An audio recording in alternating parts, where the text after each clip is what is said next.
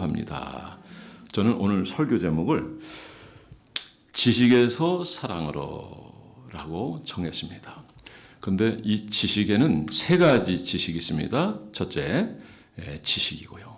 두 번째, 사랑이고, 그 다음에 세 번째, 양심의 원리, 이 부분인데 우상 제물에 관하여 오늘 어떤 자세를 우리 그리스도인들이 가져야 되는가라고 하는 문제입니다. 자, 우상은 우리가 섬기지 말아야 됩니다. 가장 하나님이 싫어하는 것은 우상입니다. 돈을 사랑함이 일만하게 뿌리가 된다 하였죠. 돈뿐만 아니라 그 어떤 것도 우상이 된다라고 생각하면 우리는 그걸 다 내려놔야 돼요. 과거 일제 시대 때 신사참배가 1938년 9월 9일 날 가결되었어요. 우리 한국교회 총회가 그걸 가결했단 말이에요. 우리 한국교회가 1894년도에 알렌 선교사에서 처음 보험이 들어오고 그 다음에 언더우드 아펜셀러가 들어오고 1901년도에 평양신학교가 생기고 그리고 1907년도에 동노회, 하나의 노회가 생겼습니다. 1938년도에 신사참배를 가결을 언제 했냐면 9월 9일 날 했거든요. 딱 10년 뒤에 1948년도 9월 9일에 공산당이 생겨요. 김일성 공산당이 창당이 돼요. 그 날짜가 9월 9일이에요. 그 다음에 1958년도에 북한에 있는 모든 교회를 다 불태우고 다 없애고 그리고 목회자는 전부 하나도 남김없이 다 살해하고 그리고 크리스찬들은 다 숙청하고 옥에 가두고 하는 그런 일을 장인데 그때가 1958년도 9월 9일이에요. 그 다음에 2003년도에 북한은 핵을 안 맞는다고 그랬는데 2003년도 9월 9일 날 핵을 공포해버려요. 우리 핵 있다. 그날이 바로 9월 9일이에요. 왜 9월 9일이라는 걸 통해서 하나님 우리에게 어떤 정보를 알 수 있도록 하셨을까요? 우상숭배라고 하는 것은 이와 같이 끔찍한 결과를 가져온다라고 하는 거죠. 우상숭배는 결국 인간의 욕심으로 만들어지는 거거든요. 오늘은 여러분 이 우상 제물에 대해서 우리가 생각해 보지만 여러분의 마음속에 항상 10계명, 1계명 중에 내 앞에 다른 신을 두지 말라고 하는 이 말씀 꼭 기억하시면서 항상 우리가 이 우상 숭배하지 않는 그런 자세로 오직 주님만 섬기며 주님 제일주의 우선주의로 살아가는 여러분 되어서 주님이 약속하신 풍성한 복을 누리는 저 여러분 되기를 주 이름으로 축원합니다. 오늘 본문 말씀을 통해서 사도 바울이 고린도 교회에 이미 복음을 전하고 그리고 아골라, 브리스길라와 같은 부부와 함께 18년 동안 사역을 하게 되고 고린도 교회가 하나님의 은혜로 또 주변의 환경 때문에도 그런 역사가 있다고 보는데 잘 살았어요. 거기다가 이들이 받은 복은 무엇이냐? 영적인 복이에요. 그들은 은사가 충만했잖아요. 은사 충만은 말씀의 지도를 받아야 될 때 그 은사가 바로 사용되고 쓰임받게 되고 교회에 덕을 세우고 자기 덕을 세우게 되는 줄 믿으시 바랍니다. 고린도 교회는 물질의 복도 받았지만 영적 복도 받은 면에 있어서 참 괜찮은 교회였지만 그러나 많은 문제를 안고 있었다라고 하는 거죠. 그건 이제 우리가 고린도서에 보면 잘 나와 있어요. 여러분 우리가 복을 받는 것도 중요하지만 하나님께서 우리에게 주신 복을 왜 주셨는가를 생각하고 그리고 하나님께서 준 이 복을 여러분들이 누릴 뿐만 아니라 그 어떤 것이라도 하나님 우리에게 기회를 주신 것이니 세상을 섬기고 하나님을 섬기고 성도를 섬기고 그리고 연약한 자를 섬길 수 있는 여러분들 되어서 심은 대로 하나님의 복을 받는 여러분 되기를 주 이름으로 축원합니다. 하나님의 거룩한 자녀들인 우리들이 어떤 삶을 살아야 되는 데에 대해서 특히 음식에 대한 거지만 이거는 음식에 대한 것만이 아니라는 걸 기억하시기 바랍니다. 음식에 대해서 고린도 교회가 논쟁이 있어서 왜 논쟁이냐면 이게 우상제물인데 근데 먼저 교회에 다니는 사람들이 이걸 먹는 거예요. 그런데 초신자들이 생각할 때는 그건 아닌데 어떻게 귀신에게 바쳐진 제사 음식을 먹어? 그건 아니야 라는 마음을 가지고 있었어요. 그러다 보니까 초신자들에게는 문제가 생겼어요. 그러니까 우리가 무엇을 안다고 해서 그거를 강하게 믿고 그걸 강력하게 밀고 나가는 이 자체는 이거는 다른 사람들에게 상처를 줄 수 있고 연약한 신앙을 가지고 있는 사람들에게는 넘어지게 할 수 있는 부분이라는 걸 꼭 기억해야 됩니다. 오늘 첫 번째, 방종의 삶입니다. 저는 여러분들이 자유자가 이미 되어 있어요. 그런데 그 자유를 우리가 말씀 안에서 누려야 됩니다. 그러니까 이것이 방종이 되고 참 자유가 될 수 있는 것은 말씀을 벗어난 삶을 살 때는 방종이 될 수 있어요. 그러나 말씀 안에서 있을 때는 진정한 자유가 될 수 있고 자유를 누리는 사람이 될 수 있다는 것을 여러분이 기억하시기 바랍니다. 여러분, 요한복음 8장 32절 말씀에 보면 진리를 알지니 진리가 너희를 자유케 하리라 그랬어요. 자유하면요 두려움을 몰아내요. 행복한 삶을 샀어요. 그러니까 말씀으로 따라 살다 보니까 말씀에서 주시는 그 풍성함과 그 은혜를 누리게 될 줄 믿으시기 바랍니다. 우리가 연약하고 때는 환경 때문에 앞에 대한 일 때문에 걱정하고 염려할 때가 있잖아요. 그런데 주님을 우리가 가까이 그분을 진실히 영접하고 주님 알면 우리 안에는 두려움이 다 물러가게 될 줄 믿으시기 바랍니다. 그러니까 내가 오늘 시간에 마음에 걱정이 있고 염려가 있다니 자체는 뭐예요? 주님이 내 곁에서 가까이 계신 걸 인식하지 못하는 거죠. 여러분, 하나님을 가까이 하십시오. 이것이 여러분들에게 복이 되는 줄 믿으시기 바랍니다. 진리가 뭔가 알아요. 진리는 바로 예수 그리스도예요. 예수 그리스도를 아는 것, 이것이 우리의 삶에서 얼마나 중요한지 몰라요. 진리를 아는 여러분 되기 바랍니다. 사도 바울은 3층까지 갔다 왔음에도 불구하고 그가 더 알 게 뭐가 있어요? 다 갔다 오고 다 아는데. 그리고 많이 배운 사람이에요. 뭐가 부족하겠어요? 그런데 모든 걸 다 배설물 여긴다. 내가 성공한 것도 실패한 것도 다 버린다. 근데 내가 한 가지 알고자 하는 것이 있다. 그게 뭐냐? 예수 그리스도다. 영생은 유일하신 하나님과 예수 그리스도를 아는 것이다. 자유자라 하지만 우리의 지식에 따른 삶으로 인해서 우리가 내 주장, 내 고집대로 살기 때문입니다. 이거 방종하는 거예요.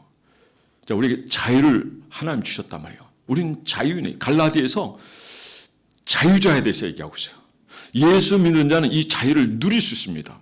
그리고 각 나라에서 보면 헌법이 보면 다 교회에서 나온 거예요. 교회를 빼고서는 이걸 얘기할 수 없어요. 헌법을 얘기할 때 교회를 빼면 아무것도 남는 것이 없습니다.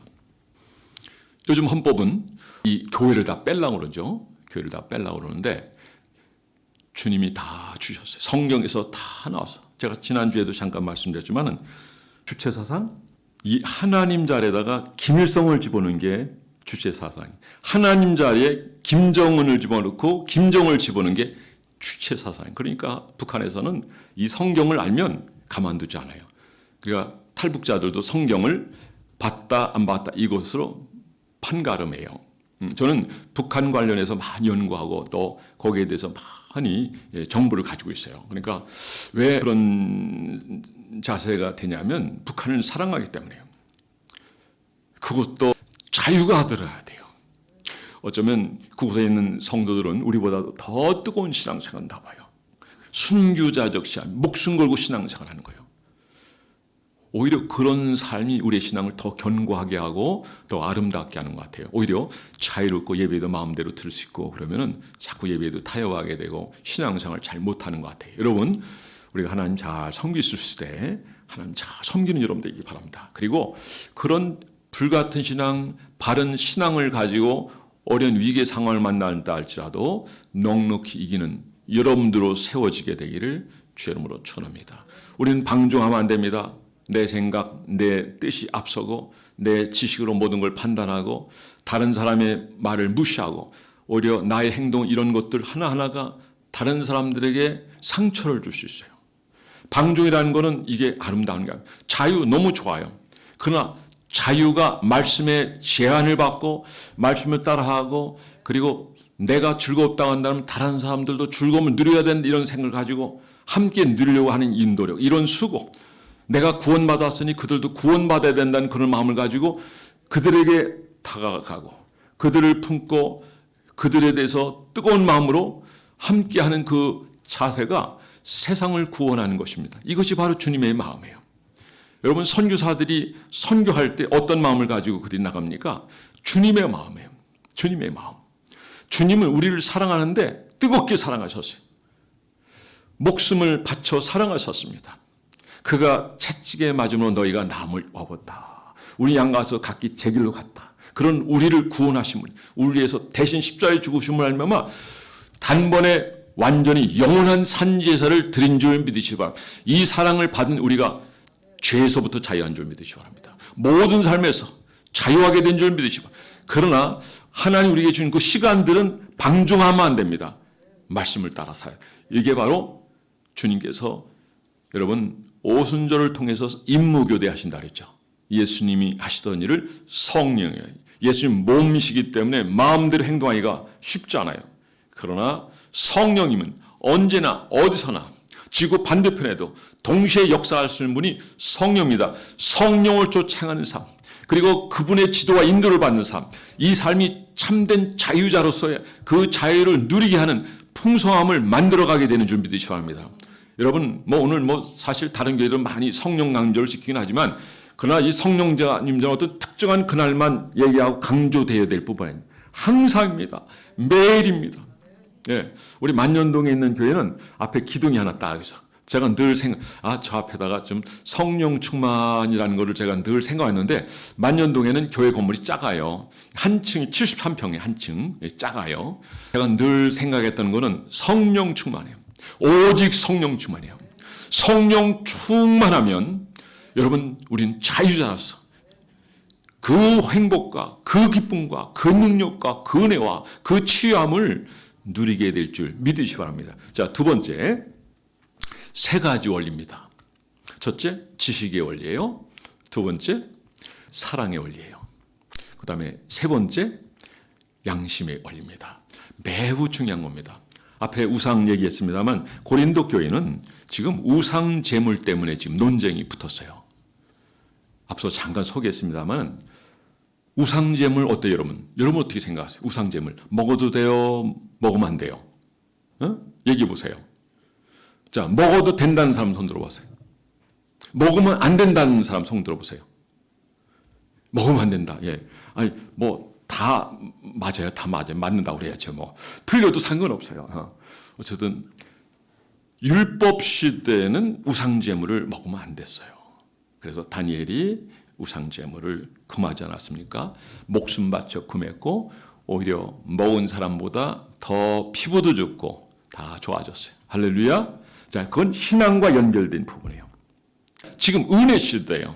은혜 시대 때는 우상이 뭐예요? 우상이 뭐 있습니까? 없어요. 다 허상이죠. 사람들의 욕심에 의해서 우상이 만들어진 거예요. 그렇다면 우상이 존재합니까? 존재하지 않아요. 마음이 우상이에요. 그러나 더러운 귀신은 있어요. 그 귀신에 있어서 우리가 농락을 당하고 때로 어려움을 겪긴 하지만 그러나 진리를 알고 진리 가운데 머물며 성령으로 충만하면 믿는 사람이 이런 표적이 따른 더러운 귀신을 쫓아내고 병든 사람에게 손을 얹은즉 나음을 얻으리라. 당시 사람들은 이제 신앙생활 좀 하고 성장하고 물질적 부유함도 누리고 또 영적 이런 놀라운 은혜를 경험해. 또 은사까지 경험했잖아요. 그러니까 대부분 많은 사람들은 먹어도 된다. 따라서 먹어도 된다. 먹어도 돼요? 먹으면 안 돼요? 먹어도 돼요. 근데 이 틀린 건 아니에요. 근데 문제는 지식이 있으면 교만해진다라고 하는 말씀입니다. 우리 한번 1절 말씀 다 함께 읽어보겠습니다. 8장 1절 시작. 우상의 제물에 대하여는 우리가 지식이 있는 줄을 아나 그 지식은 교만하게 하며 사랑은 더욱 세우나. 그래요. 지식이 있어서 먹어도 괜찮다. 그런데 지식은 교만하게 한다. 한번 여러분 삶을 한번 들어봐서 좀 알면 어때요? 좀 자랑도 하고 싶고 나타내고 싶고. 저는 이제 박사 가운 안 입고 나왔는데 박사 가운 입고 나 박사학위 받았어 라고 하면서 한번 드러내기도 해도 좋겠죠? 이것도 시원해요. 사계절 다 입으시는 거 얇게 이렇게 나왔는데 그런데 주님을 드러내고 주의 영광을 둬야 되는데 우리가 높아지고 우리를 나타내게 되면 주님은 가려질 가능성이 있어요. 제가 그 전에 어떤 분이 설교를 너무 잘하셔요. 그냥 오타 하나 없이요. 진짜 이건 활자를 그대로 있으면 그대로 하는 것처럼. 그것도 원고도 안 보고 타타타타타 하는데 기가 막. 근데 그분을 보느라 어떤 생각이 드냐면 야, 말씀이 보이는 게 아니라 그분의 위대함이 보여. 하나님 인간을 위대하게 지으셨어요. 창조의 가치물 가장 위대한 존재가 우리 인간이에요. 거기다가 예수를 영접하고 성령으로 거듭나고 하나님의 사람 쓰임 받으면서 하나님의 종으로 쓰임 받는다? 대단하잖아요. 그런데 인간은 역시 인간이라 인간의 자리를 차지해야 된다는 거죠. 주님 앞에서 겸비하고 사람 앞에서 주님을 드러내고 주님을 높이고 주님 우리의 구원자라는 것을 전하는 이 자체가 우리에게 있어서 최고의 귀한 일이라 저는 생각합니다. 사랑하는 성도 여러분, 주님을 드러내는 여러분 되기를 주 이름으로 축원합니다. 자, 지식이 있으면 자꾸 자랑하고 싶어요. 나타내고 싶어요. 지식이 너무 강하다 보면 많은 걸 알고 있다 보면 상대방을 잘 이해 못하더니 목소리가 커져요. 그러다 보니까 상처를 줍니다. 상처를 줘요. 여러분들이 어떤 사람하고 대화하다가 많은 지식을 가지고 있는데 그 사람하고 대화하는 과정 속에서 상처받은 적 있어요, 없어요? 다 있어요, 다 있어요. 근데 우리가 그런 모습 보면 우리는 절대로 그러지 말아야 되는데 우리도 또 지식이 생기면 또 이게 뭐 하나 알면 좀 얘기하고 싶고 좀 칭찬받고 싶고 학생일 경우는 좀 뭔가 좀 공부 좀 많이 하고 또 선생님 칭찬해 주면 너무 좋고 그리고 그것 때문에 또 공부도 하고 뭐 좋은 측면에서 그걸 이용하는 것도 좋아요. 그런데 우리가 많은 걸 알 때 특히 우리는 교만해 줄 수 있다라고 하는 거죠. 또 상처를 줄 수 있다. 그래서 우리가 지식이 있을 때는 어떻게 해야 돼요? 사랑으로 해야 되는 거예요. 사랑으로. 자, 그러면 당시의 우상제물은 어디서 볼 수 있습니까? 예, 모든 게 사실 우상제물이에요. 음식을 아니면 열매를 거두고 일단 그들은 자기 신에게 드려요. 거기다 써져 있지는 않지만 그러니까 우상제물 아닌 게 없어요, 사실은. 그리고 믿는 집안에, 믿는 가정에서 그들이 하나님 앞에 예배드리고 경건하며 하나님 앞에 바로 살아가면서 그런 농사를 주면서 그 수확을 그렇게 얻게 하신 하나님께 감사하고 또 앞으로 이것도 첫 열매로 드리고 또 하나님 앞에 정말 이 재물까지 통해서 하나님 앞에 귀하게 쓰임받기로 하는 그런 자세를 가지고 있다고 한다면 너무 멋지고 아름답잖아요. 그런데 이런 가정이 얼마나 되겠냐 이거죠. 여러분 가정 모두는 그런 복 있는 여러분 가정 되기를 주의 이름으로 축원합니다. 오늘 어떤 한 분이 저에게 기도하는데 이제 기도하는데 제 기도가 좀 발전이 되네요. 나한테 얘기를 하더라고요. 하나님 이것 주세요. 이것도 이렇게 해야 돼. 근데 하나님이 그러시대 마음에. 그러면 그걸 내가 너에게 해결해 주면 너는 그걸 어떻게 할 건데? 그걸 다 이루고 제가 하나님께 다 드리겠습니다. 그랬다는 거예요. 근데 여러분 이걸 아십니까? 우리가 하나님 앞에 그만큼 드릴 수 있도록 해달라고 하면 드릴 수 있는 환경을 주셔요. 예, 환경을 준다라고 하는 거죠. 이왕이면 여러분들이 큰 것을 주님 앞에 드릴 수 있는 여러분 되기 바랍니다. 다윗의 고백 생각해 봤잖아요. 우리가 무엇인가 이렇게 드릴 수 있는 재물이 있게 하십니까? 금 1달란트도 어마어마한 돈인데 수십억 가까이 되는데 500달란트를 성전 관청하에 드렸던 다윗. 내 위가 영원하리라. 물론 그가 바세바를 취하고 그 하나님 앞에 회개합니다. 정한 영혼을 창조하시고 정직한 영혼을 새롭게 하소서. 그런데 나단 선자를 통해서 내 이가 영원하리. 하나님 용서하시죠. 그리고 그 부분에 대해서는 하나님께서는 하나님 건드셔요. 상처가 남는다는 거죠. 그러니까 우리는 어떤 상황 속에서라도 항상 주님 앞에 정결하고 거룩하고 믿음으로 살아가며 기쁘신 일을 행하는 여러분 한 분 한 분 다 되어지기를 주 이름으로 축원합니다. 자, 이제 음식을 이제 삽니다. 이게 먹을 양식 어디 가면 살 수 있어요, 여러분? 얘기해 보세요. 어디 가면 살 수 있어요? 시장에만 사죠. 시장. 근데 시장에 가면 값을 다 줘야 된단 말이에요. 근데 어디 가면 또 살 수 있어요? 파로테는 신전과 같은 제사를 지내고 우상 제물이 이제 많이 남는. 근데 거기 가면요 싸게 살 수 있어요. 그러니까 사람들이 싸다 하면서 거기가 산단 말이에요. 근데 문제는 뭐냐면 그런 제사를 지낸 음식이라 할지라도 사실은 이거는 우상 자체가 없어요. 존재하지 않아요. 사람이 만든 것뿐이라는 거죠. 그리고 여러분들 우상은 아무것도 아닌 겁니다. 사람의 욕심 때문에 우상이 존재하는 거예요. 아무것도 아닌 거예요. 다곤이 신전의 우상 보세요. 법궤를 갖다 놓으니까 다 무너져 내렸잖아요. 그걸 갖다 놓으니까 너무 많은 재앙이 떨어졌잖아요. 어느 날은 법궤를 들여다보다가 수만 명이 죽었잖아요. 많은 사람이 죽었잖아요. 그래 이거를 이제 보내는 거예요. 베세메스로 가는 두 암소에 태워가지고 보내는데, 야, 참 놀랍지 않아요? 이 법궤는 임재의 상징이에요. 임재의 상징이에요. 이것이 이스라엘 다시 돌아갔다는 자체는 이건 영광의 복인 거예요. 여러분 잃어버렸던 신앙을 회복한 여러분 되기 바랍니다. 하나님과의 관계를 회복한 여러분 되기 바랍니다. 하나님 지금도 가까이 계시며 여러분 만나기로 하십니다. 예배를 통해서 만나기로 합니다. 기도를 통해서 하나님 은혜 베풀기로 하시고 모든 예배한 것을 여러분들에게 주시기를 원하시는 우리 주님인 줄 믿으시기 바랍니다. 자, 우상제물에 대해서 이렇게 먹는데 이걸 보고 기존 신자들은 지식이라는 측면에서 알고 먹으니까 문제는 없어요. 그 지식인들끼리는 괜찮아요. 좀 신앙생활하는 사람들 괜찮아요. 아무것도 아닌 거기 때문에. 그런데 이제 처음 교회고 과거에 귀신을 섬겼던 사람, 우상을 섬겼던 사람, 이제 변화를 받아 전도를 받아 하나님 앞에 나와 신앙하는데 어느 날 이렇게 식사를 하는데 장로님도 계시고 권사님도 계시는 거예요. 근데 뭐 이런저런 막 얘기하면서 막 고기도 뜯어먹고, 근데 그 음식은 우상에게 제사에 지낸 음식이란 말이에요. 그러니까 시험이 드는 거죠.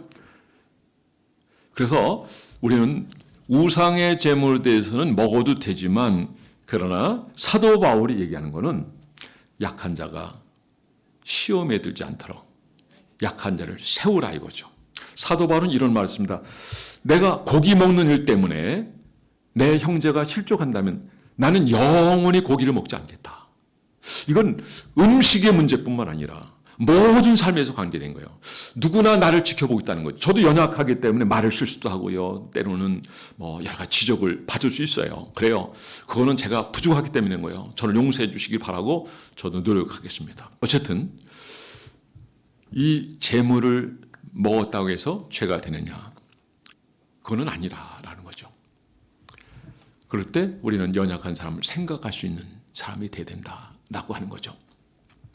우리가 이제 이런 재물뿐만 아니라 우리가 가지는 시험거리가 또 뭐냐면, 이건 성경에서 명확히 규정하지 않은 부분이에요. 그게 뭐가 있을까요?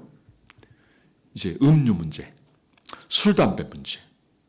요즘 목회자가 골프 치러 다니느냐? 어제 한 우리 성도님, 앉아 계신 성도님 중에 목사님 골프 한번 쳐보시죠. 옛날에는 그게 상당히 고급이지만 지금은 칠 수, 동네 쭉 있으니까. 그러나 내가 그걸 치는 것에서 누가 하나 실족을 당한다. 목회는 안 하고 무슨 골프나 치네. 그러면 난 안 하겠다 이거예요. 이해되세요? 자, 지금 우리는 맥주를 먹으면 어때요? 맥주를 먹으면 어떻게 교회에서 맥주를 먹나? 목사가 어떻게 맥주를 먹나? 저는 맥주 먹을 본 적 없어요 지금까지. 군대에서도 나오면 내 현인수 병장으로 지금도 기억나. 딱 붙어. 제가 군중이니까 제가 몸을 하러 딱 눈 옆에서 딱 가져가. 제가 서울 동성고등학교 나왔는데 예능교회 조건희 목사님이 그때 이제 우리보다 나이가 좀 어르니까 우리 졸업생들 딱 모였는데, 그때 그런 거 아주 독한 술은 아니고 파라다이스, 옛날에 파라다이스라는 그 포도주보다 조금 진한 게 있어요. 그런 거 고민을 했어요. 그랬더니 들었다 내려놔 이렇게 얘기하더라고요. 기억이 나요. 들었다 내려놓으니까 옆에서 다 처리하더라고요. 이런 부분에 사실 이거는 회색지대라고 봐요. 어떻게 결정할 수? 그때 술에 대해서 뭐라고 얘기해요 성경은? 그래도 성경에서 이렇게 명확하게 얘기 안 한 것이 몇 가지가 있어요. 근데 술은 얘기는 했지만 우리가 좀 생각을 해야 돼요. 술은 뭐예요? 술은 뭐예요? 잠언 14절은 보지도 말라. 그런데 그게 누구에게 행하는 거냐? 누구에게? 나실인. 나실이 누구죠? 오늘날 목사 같은 자예요. 헌신한 자들이에요. 그러니까 일반 사람들에 대한 게 아니에요. 근데 해외에 쭉 보면 이제 우리 교회가 좀 이게 규제가 심하고 다른 데는 그렇게 규제가 심해요. 그냥 약으로 써도 되고 이렇게 조금 이렇게 하는 정도. 그러나 성경 말합니다. 술 취하지 말라. 이는 방탕한 것이니. 술 취하지 말라. 그때 오늘 이런 설교 들었으니까 이제 술 먹어도 되는가 보다. 그러나 내가 어디 가서 먹는다면 누가 이것 때문에 실족할 사람. 우리 한국 문화는 지금 선교사 때부터 우리 한국 사람 술 먹으면 끝까지 가기 때문에 실족하고 넘어지다. 제가 군대 있을 때 7사단 5연대 4대대 군종을 있었는데 그때 저를 많이 아껴주고 저를 많이 좋아했던 고려대에 나온 이 아이사키 선수예요. 참 지금도 제가 잊을 수 없어요. 너무 잘해주기 때문에. 인품도 있으시고 그때 어린 나이임에도 불구하고 저를 많이 챙기셨던 분인데, 이분이 술을 좋아해. 휴가 갔다가 술 먹고 거리에 누웠다가 차가 쓸고 지나갔어요. 돌아가신 거예요. 그러니까 우리가 그런 일을 할 수 있다는 거죠. 저희 형 얘기해서 죄송합니다. 저희 바로 형, 54년생 된 형이 있는데, 형이 보면 꼭 삼성전자 다녔거든요. 나중에 회사를 차렸죠. 지금 이제 은퇴했습니다만은 꼭 보면 집에서부터 한 150m 정도 된데 거기 가면 꼭 거기서 누워 있어요. 형은 술 먹어도 조용해. 누구한테 해코지 안 하고 뭐 소리 지르고 그러지 않아요. 조용히. 나가 보면 꼭 그 자리에 누워 있어요. 근데 차라도 지나가면 그 밟고 지나면 어떻게 되겠어요? 자, 술 먹는 것은 좋지만 성경은 말합니다. 술 취하지 말라. 성령의 술에 취하라.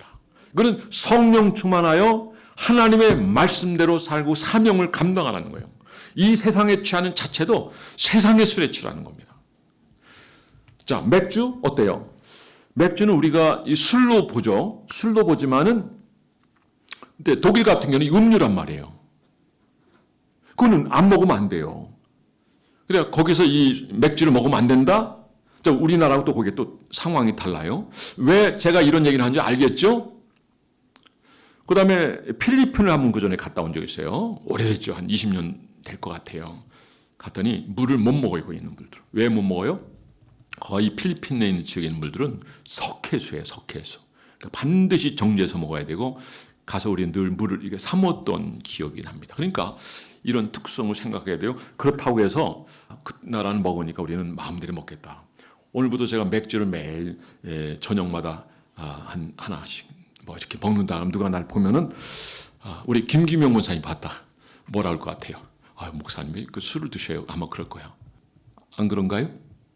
저분은 나를 신뢰하니까 안 그럴 수도 있겠죠. 그런데 문제는 뭐냐면 나는 이런 것에 대한 지식이 있어서 내가 절제하고 자제하면서 잘 지켜도 그러나 누가 이걸 보고 시험에 드는 사람이 있다. 그렇다 한다면 지식으로 끝나지 말라 이거죠. 그래서 두 번째 사랑으로입니다. 8장 그럼 11절 여기서 중요한 내용이 나옵니다. 시작. 그러면 내 지시로 그 믿음이 약한 자가 멸망하는 그는 그 속에서 하여 주의 형제라. 12절 말씀을 읽어보겠습니다. 시작. 이같이 너희가 형제들의 죄를 지어 그 약한 양심을 상하게 하는 것이 곧 그리스도에게 죄를 지는. 그러니까 우리는 지식이 있다고 해서 어떤 행동을 감히 취할 수 있냐면 강하게 겁박할 수 있다는 거죠. 아니 그건 먹어도 된단 말이야. 먹으란 말이야. 근데 본인 아직 받아들이지 않아. 이럴 때는 어떻게 하느냐. 기다려야 된다 이거죠. 본인이 받아들일 수 때까지. 이게 바로 사랑으로요. 여러분 첫 번째 원리는 지식의 원리입니다. 그 다음에 두 번째는 사랑의 원리예요.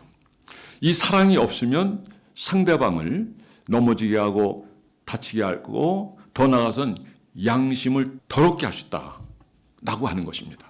그러니까 우리는 내가 아는 지식에서 그 지식을 강조하고 그걸 얘기하는 것도 좋지만 근데 그 자체가 교만으로 발전할 수 있고요. 사람을 무시할 수 있고요. 심지어는 막 함부로 얘기할 수 있다는 거죠. 그러므로 말미암아 우리는 다른 사람들에게 내 지식으로 해서 상처가 되지 않도록 그렇게 해야 되는데 그게 바로 사랑의 원리인 줄 믿으시기 바랍니다.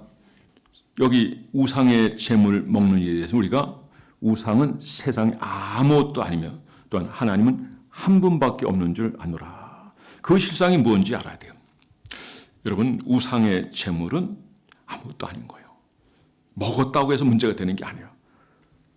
그러니까 그때까지 그 사람이 받아들일 때까지 기다려줄 수는 이런 인내력이 있어야 된다라고 하는 겁니다.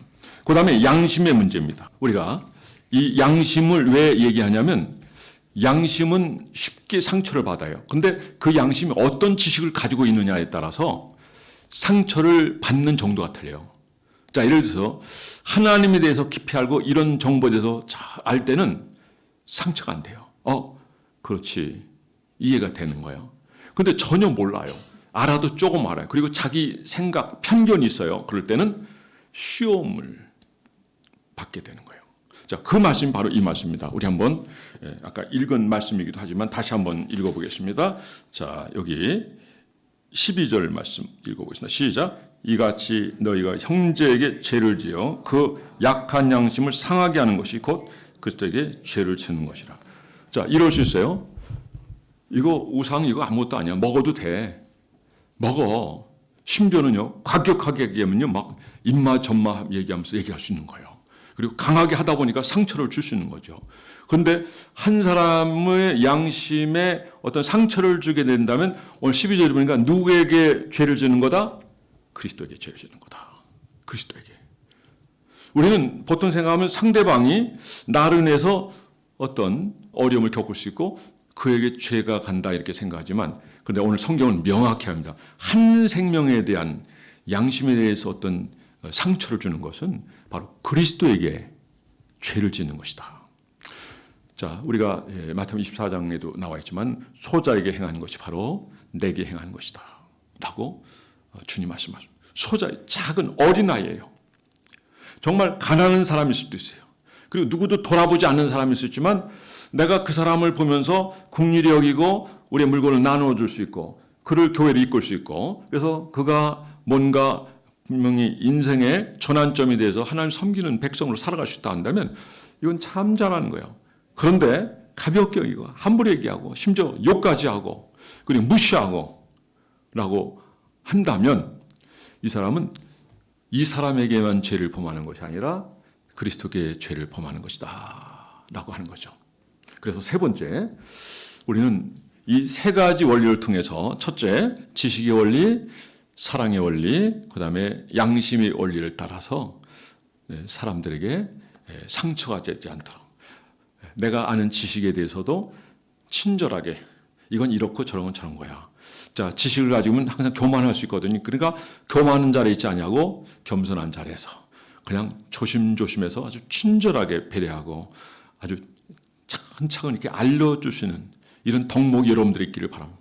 그리고 양심에 상처받지 않도록, 그리고 그리스도께 죄를 범하지 않도록 하는 여러분 되기를 주의 이름으로 축원합니다. 자, 세 번째 마지막입니다. 자, 마지막은 한 사람, 특히 약한 사람을 세우는 자가 되십시오. 약한 사람. 자, 음식 먹는 문제에 있어서 이거는 본인이 우상제물 먹는 데서 전혀 문제가 없어요. 그런데 내가 먹는 것 때문에 실조가 넘어진다고 한다면 이 자체는 사람을 무너지게 하는 것이고, 그리고 그리스도의 죄를 범하는 것입니다.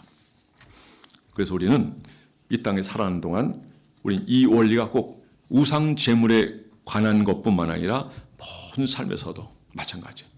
내 생활에, 내 어떤 문화 생활에, 내가 사람들과 관계 속에서 다른 사람 내 모습을 보면서 어떤 상처를 받았다. 아, 크리스찬은 저렇게 하면 안 되는데.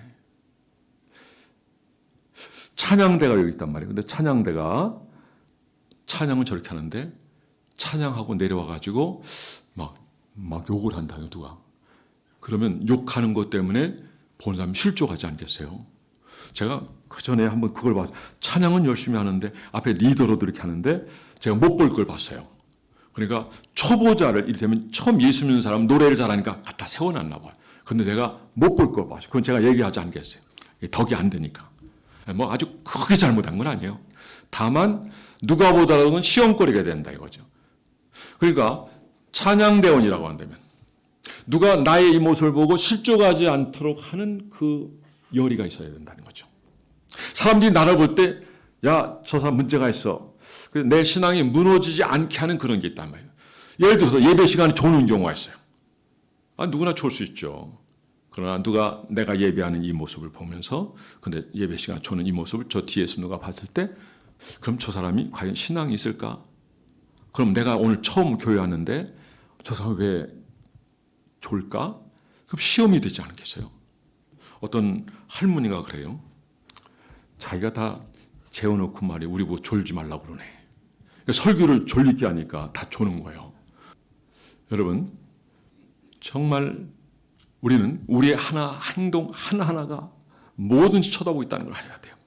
내가 성숙한 그리스도인이라면 성숙한 그리스도인의 위치를 생각하면서 그들이 기대하는 바가 있다는 걸 아셔야 돼요.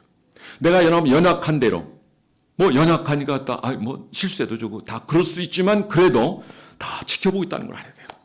그리고 이왕이면 연약한 성도들이 있다고 한다면 우리는 어떤 자세를 취해야 되겠습니까?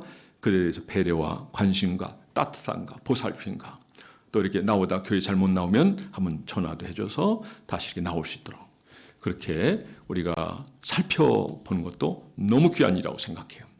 여러분, 우리에게 직책을 주셨다는 것은 연약한 성도를 돌아보라는 거예요. 목회자라고 하는 거는 여러분의 목회적 돌봄의 이 귀한 사명 감당하라는 거예요. 권사님은 성도를 쭉 돌아봐야 돼요. 기도하라는 거죠. 장로님은 평신도 대표격의 분이세요. 그래서 매우 중요해요. 예. 이분들이 실수할 수 있어요. 왜? 인간이기 때문에. 그런 거에 대해서 인간이기 때문에 실수할 수 있다 하면서 이렇게 덮어줄 줄 알고 제가 기도하겠습니다 이렇게 하고 함께 누가 무너지면 그런 면에 대해서 그것 때문에 막 공격하는 사람이 아니라 힘내세요. 제가 했습니다. 우리 연약하기 때문에 항상 이렇게 넘어질 수 있고 실수할 수 있는 거 아니겠습니까? 힘내세요. 용기를 내세요. 이 땅에서 완벽한 사람이 어디 있겠어요? 누구나 완전한 사람 없어요. 그래서 의인은 없나니 하나도 없도다 그랬어요. 그래서 주님이 필요한 것입니다. 사도 바울은 앞서도 얘기했지만은 나는 누가 실족한다면 난 영원히 고기를 먹지 않겠다. 그런데 이게 로마서 14장에 가면 이 부분에 대해서 어떤 가이드라인을 제시해 주고 있어요. 중요한 거는 14장 23절에 보면 의심하고 먹는 자는 정죄되었나니 이는 믿음으로 쫓아하지 아니한 건고라. 믿음으로 쫓아하지 아니하는 모든 것이 죄니라. 자, 그러니까 귀신에게 바쳐진 재물, 이건 귀신에게 바쳤어. 그러니까 이건 귀신의 음식이다. 하나님 음식이 아니야. 꺼림칙하게 또 의심하고 먹는 사람이 있어요. 우리는 믿음으로 행하지 않는 것이 죄다라고 여기는 것처럼 사랑으로 행하지 않는 것이 죄다. 의심하고 먹는 자는 정죄가 이미 되었다라고 얘기를 하고 있습니다. 자, 사도 바울은 이제 여기뿐만 아니라 그의 모든 선교 사역에서도 음식뿐만 아니라 그가 어느 나라에 가요. 선교해요. 그러다 보면 그 사람을 얻기 위해서 문화적인 측면에서도 그들과 함께하고 그들을 받아들이고 동화돼요. 그게 범죄하고 악을 행하고 그리고 하나님 앞에 큰 일이 된다면 그건 하면 안 되죠. 그러나 그들에게 이렇게 좋은 이미지를 주기 위해서 좋은 관계를 가지기 위해서 이런 행동을 취하는 것 이거는 잘한 거라고 생각해요. 그리고 사도 바울은 그 사람이 만약에 고기와 관계된 거지만은 고기를 내가 먹으면 실족한다면 영원히 고기 먹지 않겠다. 만약에 안 먹는 것 때문에 실족한다면 내가 영원히 먹겠다. 이게 기회주의는 아니라는 거죠. 기회주의는 아니에요. 자, 우리는 이 땅에 살아가면서 이런 부분뿐만 아니라 모든 영역에서도 이 삶이 그대로 적용될 수 있으면 좋겠다 생각해요. 하나님 영광 받으시면 나는 내 모든 것을 내놓겠다. 주님 앞에 드려지겠다. 제가 아침 일부 예배 때 그 얘기가 갑자기 떠올라서 생각이 나는데 치쿠 목사님에 대한 얘기를 아침에 일부 예배 때 했거든요. 치쿠 목사님이 어떤 행동을 하셨냐면 그는 가난했던 사람이에요. 부유하게 되기까지는 그는 이런 원리를 가졌어요. 11조 하나님 앞에 드린다. 그 다음에 카드는 냉장고에다 얼려버린다. 그리고 집안에 있는 물건은 값이 이를테면 조금이라도 나간다면 그걸 잘해서 내다 판다. 그러니까 이렇게 작은 돈에도 귀하게 하고 이걸 모을 수 있는 정도면은 돈을 함부로 쓰지 않는다는 거죠. 그 원리죠. 그래서 이 사람이 하나님이 주신 그 부유함은 그 사람이 가지고 있는 게 물론 하나님께도 많이 드렸지만은 55주 정도가 돼요. 근데 그분이 얘기한 건 이거예요. 저는 직접 그분한테 얘기를 들었는데 그 당시 나이가 34살밖에 안 돼요.